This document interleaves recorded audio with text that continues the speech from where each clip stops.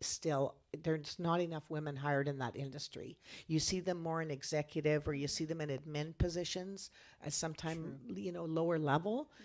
I mean, there are more executives, but when you look in the technical side, there's not that many out there.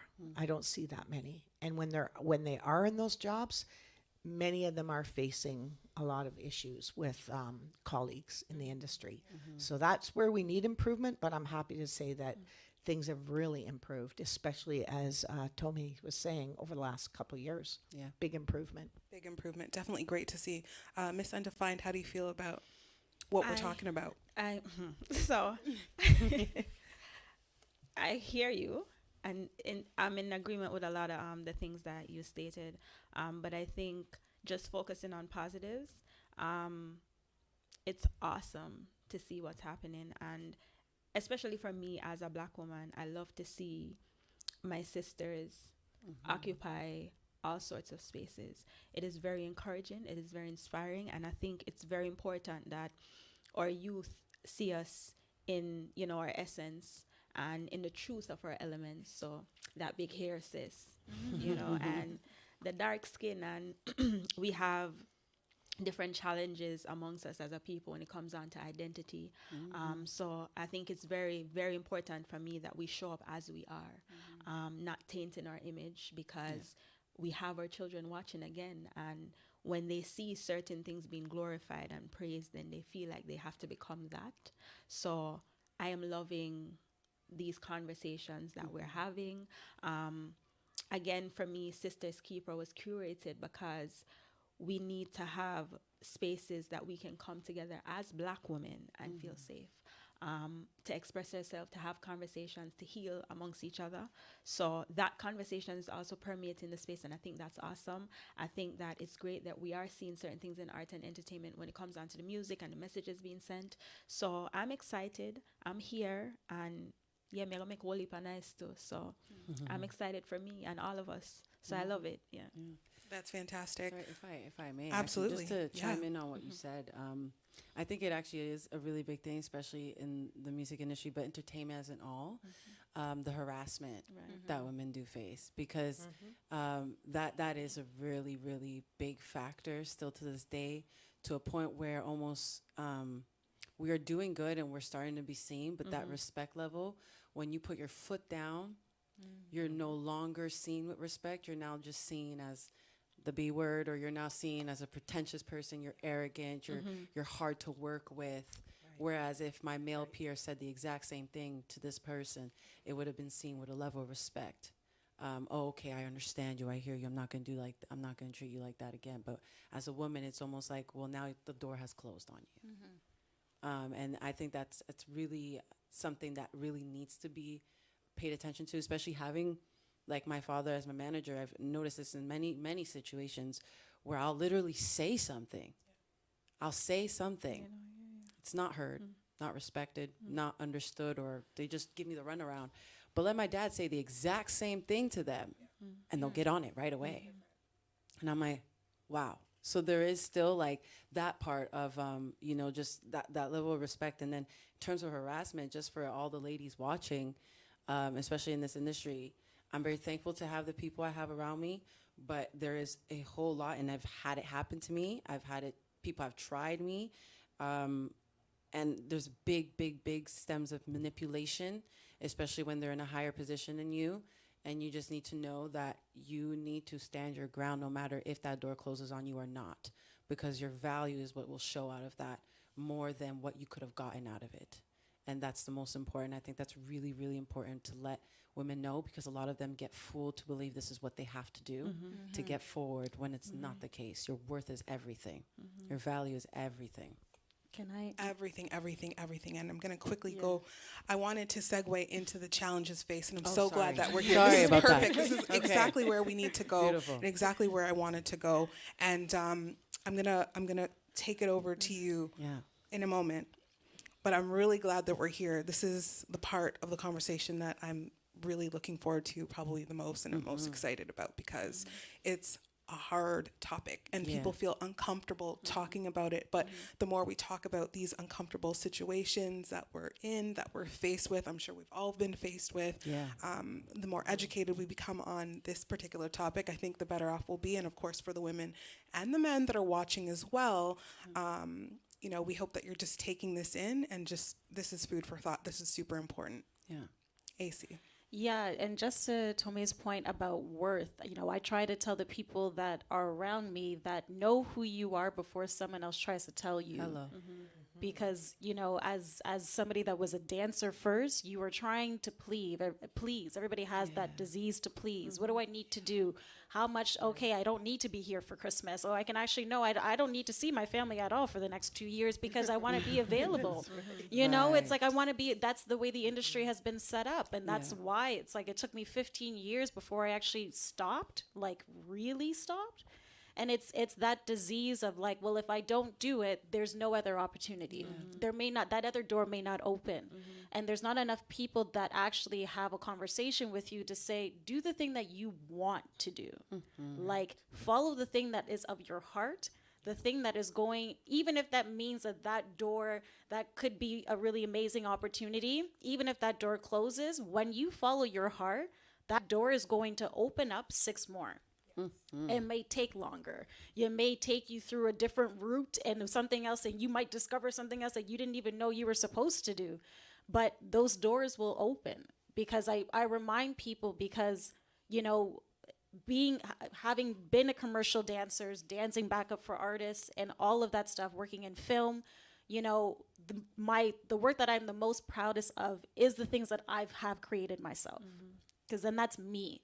I don't have to worry about being in someone else's shadow to figure out who I am, you know. And there's as a dancer, you are in other people's shadow. Like that is your job. Yeah. Who are you? Does anybody know any of Janet Jackson's former dancers, her choreographers, the people that helped to make her who she is? Nobody knows Tina Landon. Tina Landon was a woman. Nobody even knew Paula Abdul was her choreographer. You know, and so as a dance artist, it's like there's no respect. You know, there's no respect for the people that we have helped to create, the visions that we've been able to bring to life. So whether you're a dancer or a choreographer, you are always in the background. So for me, it's really about knowing who you are, because then I can say, no, I don't actually agree with this. No, I don't agree to that. I don't like the way that I'm being seen or showed. I don't like how you are choosing to portray me. And that's the reason why I want to be able to kind of step back and really evaluate, because I personally feel in COVID and, you know, everything that has been happening, but especially within the last 8 months has really shown me when you put your line in the sand and other people are like, no, just keep jumping. You're like, no, I'm not going anywhere. No, just keep jumping. No, keep jumping. Actually, you know, we'll come to you. Thank you. And that's the thing that nobody tells you. Nobody tells you, wait long enough. Stand your ground, because and make sure you're coming with excellence, because you can't just stand your ground and you're not really offering anything. You have to know that you are of worth. So when they come to you, they know that they will go that distance for you. They will come and respect you for the work that you're doing, because you said, I'm going to stand here. Yes. And I'm going to occupy this space. So I feel like in this idea of changes and challenges, this is something that I really try to pour into people that are around me, because I've had to go through it. And I never thought that by holding my ground, I would have actually been able to progress further because of it. You know, in this industry, mental health is such a big thing. And the amount of people that I've seen with careers that have ended because they can't deal with the reality of the business. You know? No. The people that I business started with are cutthroat. not the people that are around me right now. Even within the last 5 years, the people are still not around me. So it's like, what is that resilience that you have to build to actually have a longevity in this business? You know, I want to do this when I'm 40, when I'm 60, when I'm 75. I still want to be creating. So what does that mean?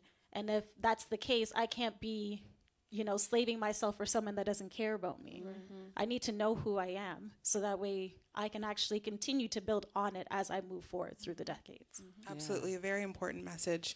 Really quickly for me, it's been a long road and a long journey, and a lot of you know me. I've worn many hats and done so many different things in this entertainment space, and I think me wanting to wear many hats along the way, people are saying, well, you got to pick a lane. You got to just do this. You only are known for this. You can only do this. You should only do this. And I just ignored it. I just ignored it, and I just did all of the different things, from stage managing to publicity to hosting to radio. I did it all because I loved it, and I felt like I could do it, and I was committed to it, and I was determined to prove those wrong that felt that I had to pick a lane. And I think it's very important to know yourself and to, of course, know your worth, and to be okay with being labeled difficult or challenging or whatever the case is, because they're going to label you that way anyways. I know for me in radio, there were challenges at the beginning, right? Because my co-host is a male and he has a strong, very powerful voice, and I would fight him. And I would fight him for my voice, and I would fight him for what I believed was right, the content, the stories, all of that. And in the end, it worked, right? Because you have to demand your respect, and you have to stand up, and you have to push. I know there are a lot of men along the way that try to like trick me and try to like put me in positions and get me into, and I just always would have my parents and God in the back of my mind, and me being like, can I go to bed at night knowing that I did this or I did that, or I subjected myself to this, and I just wasn't, I just couldn't sit with myself, so I just pushed, and there were some opportunities, of course, along the way that had to no longer be an opportunity because I just wasn't willing enough to be in a position that was unbecoming of me. So never feel like bad for saying no to a male that's trying to, sexually harass you or proposition you and say, I'll give you this gig if you sleep with me, or whatever the case is. I know we can all relate to it one way or another. It's never okay, and it's not okay. Nadine, I know you have many years of experience and many things to share with us. I think you ladies really said it all. Yeah. It's about knowing yourself, who you are, and standing your ground. I really appreciate what AC just said, because it's true. I've also drawn a line, and I've lost many opportunities because of that line. And, I've faced a lot of harassment. However, at the same time, I know myself, and I feel that I can say no to anything. I've always said I'd rather be out somewhere in a cardboard box with nothing than accept something which is not true to myself, where I can't go to sleep at night without thinking about that. And I think it's gotten a lot better because now there's more respect. But working in radio, you brought up a really good point, because most of us do have co-hosts that are males. And even from learning how to run a board, how to do everything in a radio station, there was always this kind of, they'll take care of it. And, I pushed myself a lot to learn things, because I said, if I don't learn this, I'm not going to progress in what I want to do. And I felt also like it's also a control thing. Yeah. Like when somebody is running a system and you're sitting there on a mic waiting for them to turn your mic on, We all felt that. you're not in a position of control. So it feels really good to be in that position. And not to necessarily, like, I'm not saying to put anybody else down. I've worked with a lot of males, and they've been just wonderful. Yeah. But there have been other incidents that I felt like, no, I'm just going to draw a line and say no and walk away. I don't care what this is costing me in terms of a career, because I need to keep my mental health, I need to keep my physical health, and also just I need to be authentic to what I want. Luckily, I had a very strong mother. I was raised by a woman who always said, do whatever you want. Don't listen to anybody, and it was sort of like, travel the world, go here, move there, move to Africa, do this, do that. So for me, it was like I was empowered by that. So I think, what you were saying about your organization and keepers of sister keepers, I think it's also up to us as women to really stand together in this. And there's been women coming forward telling lots of horrific stories. But I think just the whole nature of the industry, particularly music. Now, when you look at dance, I think that in some dance world, there are more women, I think, in positions of, choreography and different things from what, they've done some studies here within Ontario. I know Ontario Arts Council did quite an in-depth study, and they were showing how certain fields like theater a little bit and dance, there was more of an equity in terms of male and women, whereas in music and other things like that, no, there's still this big imbalance. So I think as more women get in positions in the industry, this will go. And also people are becoming aware. We're talking about it. Oh yeah. You couldn't talk about this 10 years ago. If you did, people, well, you know, they just put you down, or they would look at you, you're difficult. I've heard that, you know, we've all heard that, I'm sure, as women. And also, I remember years ago hearing a statement which was really offensive about, you know, people were saying, oh, the people working here in this place, they're either, you know, they're either bees, or they're this or that. And I overheard it all. So I walked in and confronted them and said, so what am I? Am I a bee? Because I'm not the other, you're saying. I'm not going to be objectified. And I think that objectification in the industry is a big issue. Big. It's not just the artists, and if they want to present themselves in a way, hey, all the more power to them. But if they're being pushed to dress a certain way, look a certain way, then I think that's also a problem. And you notice in media, this is going back years. It's not today, but I remember having two artists playing at Afrofest, and one was a woman, obviously, you know, more natural looking. One was a woman who was very light skinned. And the editor of the Toronto Star, I wanted the other woman to be picked because she was so amazing as an artist. So, of course, they featured the other woman on the page. And it was more objectification because of what she was wearing, the way she looked. And I just felt like she doesn't have half the talent of the other woman. For me, that's really sad to see. And I would like to see more women in those positions in media also. There's a lot of women there, but there's still needs to be more so that women are not objectified any longer, and they're looked at for their talent and not the way they look and what they're dressing and, you know, their background or anything about them. I think that you know, that's a lovely thing. And I wish that, especially being so within the industry and seeing it so prominent as it is, the era of social media has really changed that narrative, unfortunately, because depending on where you want to go with music, if you want to stay a local artist, all power to you. You can get away with that authenticity. But then when you now want to get to a certain level, you want to be heard on a global scale, it is no longer about your talent. Not anymore. And it's so focused on what are your numbers? What do you look like? What do you do? How do you influence people? How do you get people going? That is what they care about more so than can you sing? You know what I mean? It's not. It's really unfortunate. It's quite sad. Like when you look at the music that's really topping the charts right now, you know, it's not music of talent. It's just literally TikTok music. You know what I mean? You know what I mean? A lot of unauthenticity. And I also feel like we're getting to a point right now where we kind of want that authenticity back. And I feel like there's sort of being a shift in like good music coming back and good sounds. But I really know, especially with the social media era, which is really what drives a lot of income for artists and what gets you to shows and what gets you to get booked is what your influence is online. You know what I mean? And it's like that in itself is still so focused on, does she look good? I'll follow her because she looks good. You know what I mean? Or what is she bringing? Oh, I'll follow her because she can do this, she can do that.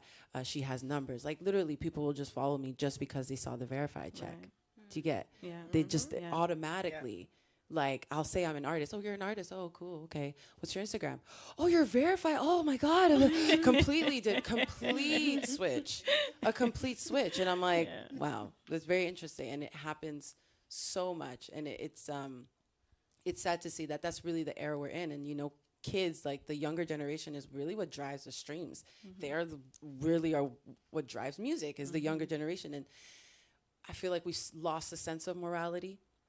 Generally speaking, a lot in the era of internet just always diminished it as the years gone by, and the more it improved in so many ways, the more we lost with ourself and spirit and spirituality. And I think that it affects, especially music, even if you listen to music, how it sounded years ago when moral and spirituality was so focused and so part of the narrative of your daily life. You know, it transpired in music and in entertainment. You know, entertainment is a reflection of life and of reality. And now you look at what our reality is now, and that's exactly what reflects in music and what is being heard and what is being emphasized, pronounced. So it's so interesting. And I can only hope that we get back to the authenticity and just appreciate talent for what it was, because the days of Beyonce is gone. Which is so sad. Yeah, it is so sad. And, you know, quality of music was so important for our day and for your day. Like, it was everything. So serious. If you think about, like, you know, the verses, right? Don't you look at the artists and you just, like, when you watch them going back and forth and you think about the music that was produced then, don't you just feel alive? You feel so excited. You feel so, oh my God, that time when the music was so good and the quality was on point. Like, why is that gone? And then what happened? Why is everything so fake? And why is everything so phony? And why is everything so, like, because if you look at Instagram even right now, everything is just like, Social media. it's make believe. It's not show. real. The whole music changed though, because with the introduction of computer and you know, like musicians now, a lot of musicians call us all the time and say, we don't feel we have any value or worth, and we're so talented, you know. And now it's a person on a stage with a computer or with a DJ, and so there's a lack of musicianship in much of the music now. I mean, it's still it's true, music, and there's beautiful music done that way too. There's a lot of electronic, a lot of other music, which is awesome. It's just that there's that lack where back in the day you had people, real people playing together and creating together. Yeah. So it was so much more beautiful. I'd be really curious to know what some of my panelists think about how can we change this, like this whole thing about, you know, getting back to more authenticity, and, you know, the whole internet thing and how women are pushing themselves to look a certain way to get numbers. And do any of you see this changing, or how can it change? I question that a lot, especially because it's like with the TikTok era, dance is like, what Big. you want to do Huge. more than three or more than one move in a count of 8. It's like, whoa, that's way too complex. It's really demoralizing for a choreographer. You're like, oh, I'm doing too many moves. Yeah. Oh, okay. I gotta simplify. Oh, it's, and so, you know, in thinking about that, it's like, what do I drive for? Do I drive for my artistry and the creativity and innovation, or do I actually just do what's gonna make me popular and do what's gonna get me access? And people are like, well, if you do that and the door opens and then you can be innovative. I'm like, but that door's not guaranteed. Oh, You know, it's like, it's not guaranteed that if I keep pushing towards this idea of simplicity, that the door's gonna open and that I can actually now do the things that I want to do.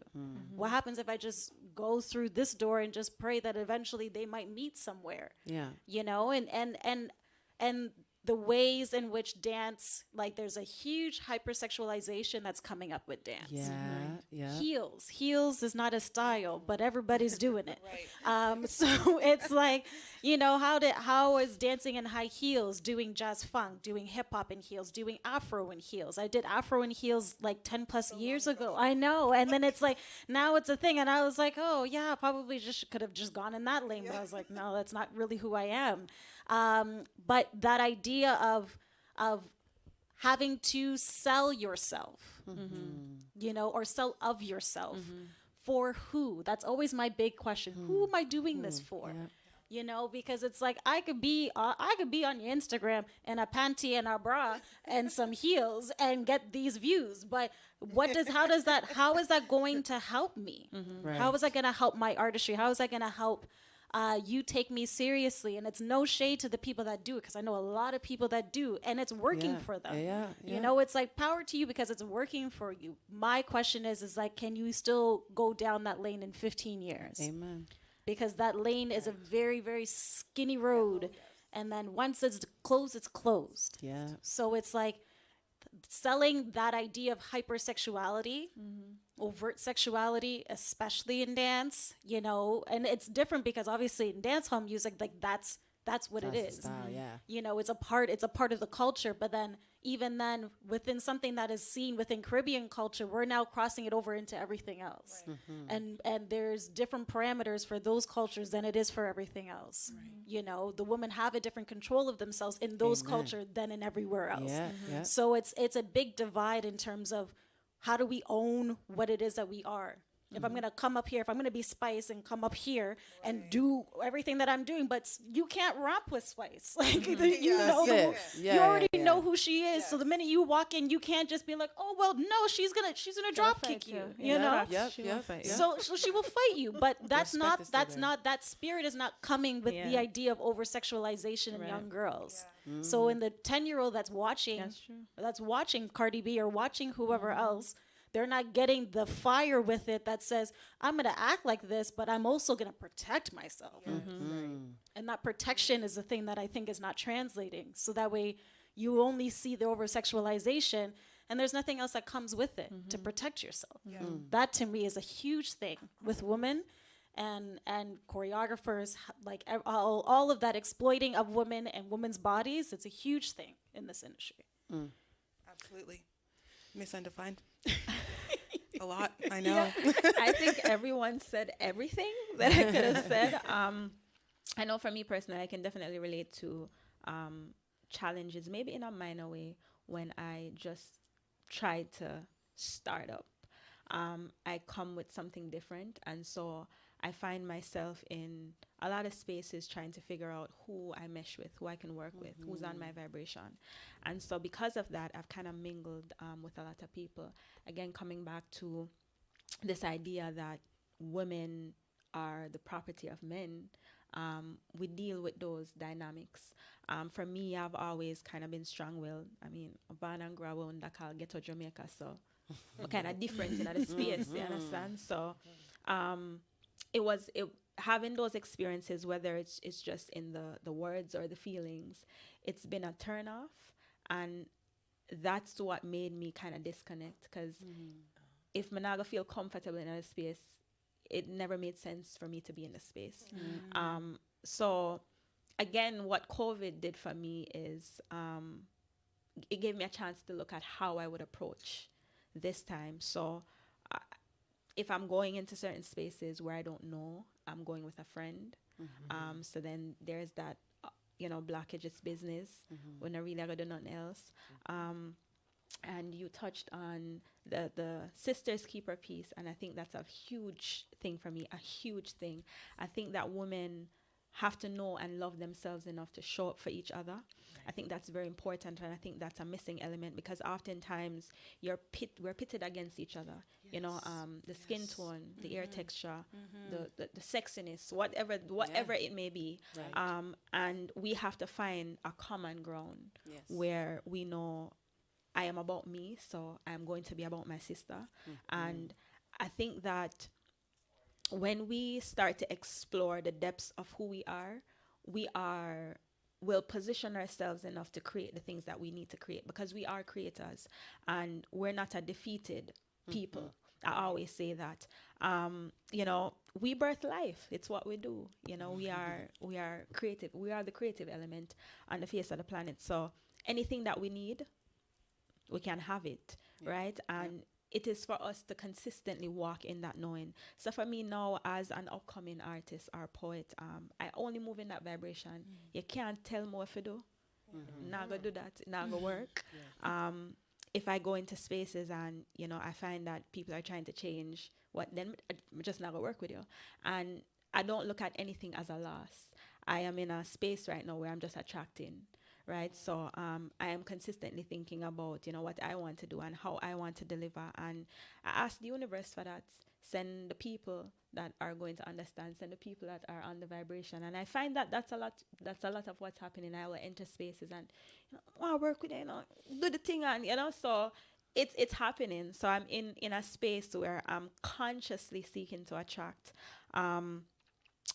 I think it's an important piece that you touched on in terms of, like, you know, that element where we're talking about artists portraying a particular thing, but the youths are missing the other messages. Yes. And as such, a lot of them are showing up in the spaces thinking that they have to be a particular way, even if they're not, and that leaves them open to be exploited, you know. Yeah, So yeah, I yes. think that women that hold those positions of power, the Spices and the Cardi B's and the Nicki Minaj and whomever else the children are idolizing, have to have those conversations. I think that, you know, us, the mass, the public, we have to press them to have those conversations. We have to bring those conversations for and them, demand that's it from them, Yes. right? So, because if I mean, we can talk amongst ourselves, but if we're not holding the people responsible, then them might not necessarily know, so them have a duty, or they know it and them just choose to ignore it because it's easy. Because as I said, it's a very hard conversation to have, but we'll have to have them. We'll have to keep having them. And again, my message for us is that we'll have to show up for each other, show up for yourself enough, love yourself enough to understand the importance of, you know, us needing unity in all spaces Yeah. as women, you know. So And I think that if you don't have it within yourself to love yourself, to build yourself up, to be there for yourself, it's important to find someone or a group to be there for you, because a lot of people just don't have it in them. They just don't have it in them for whatever circumstances. But if you can find someone or, you know, a really good friend, a teacher, find a mentor, whatever the case is, I think that is so, so, so important. I know it was everything for me to have someone there that I could like lean on if I didn't feel as strong that day, or if I wasn't as sure of myself that day, that I would have someone to lean on. With that being said, I just want to shout out the viewers. We thank you so much for being with us. Just a couple of comments that I want to read from our online viewers. The Herd says, such amazing and intelligent women on this panel. Thank you so much. And Girls Night Out Entertainment says, love this. Thank you for the invite. We love having you. And Sharia Vietnamese says, wow, what a beautiful testimony. Great use of time and wisdom. Thank you so much. I appreciate that. We appreciate that. And keep the comments coming wherever you are at home. I hope you're thoroughly entertained. And of course, you're really learning so much about what we're talking about. It's really important and it's extremely useful. If you have a moment, just share this incredible panel with your friends and your family. We would appreciate it so much. And for those on the panel, really quickly, if you want to just share your social media handles, I would appreciate it. Ms. Defined on so the end. it's Ms. Undefined _, so MZ Undefined _ and Sis Stars Keeper, so SISSTARZ Keeper. And batukimusic.com is our Facebook, and also my name, Nadine McNulty. You can find me on Facebook. I also want to just make a mention when you said show up. I love that. And also I want to make one last comment about it's never a failure. It's just a lesson. And I think we have to take that in Yes. and move forward in a positive way. Yes. So thanks for your comments. Thank you. AC Mensah, AC spelled ESIEMENSAH.com.